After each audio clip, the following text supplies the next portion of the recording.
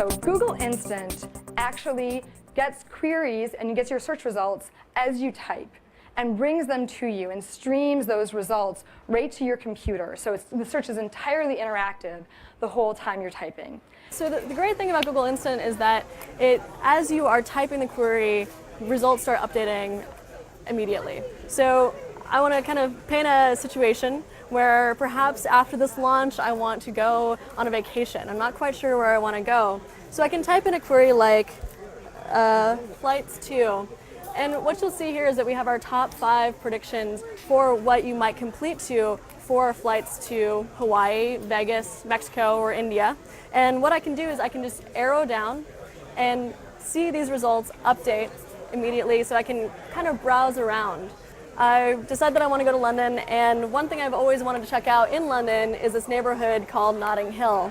So I type in something like Notting Hill, and you'll see here that, again, results update immediately.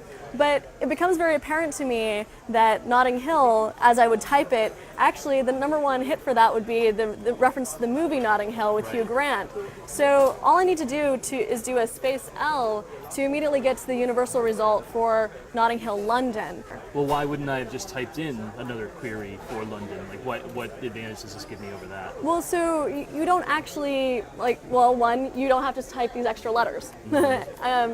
Also, what we notice is that sometimes people, when it takes an extra time to go back up to the query box to complete another or type another search, sometimes people get exhausted. They're like, well, this isn't what I'm looking for. And so we hope that by kind of reducing the barrier to performing another search by making it all update dynamically, that people will actually be more interactive with their queries and add the things that they're looking for to get the result that they want. Do you think people will find this distracting at all? So we've run a lot of user tests, and actually it turns out that very many users actually, when we first started, didn't even notice. They're just like, all of a sudden like, wow, those results that were there really fast. And we really tried to optimize the design so it wasn't distracting.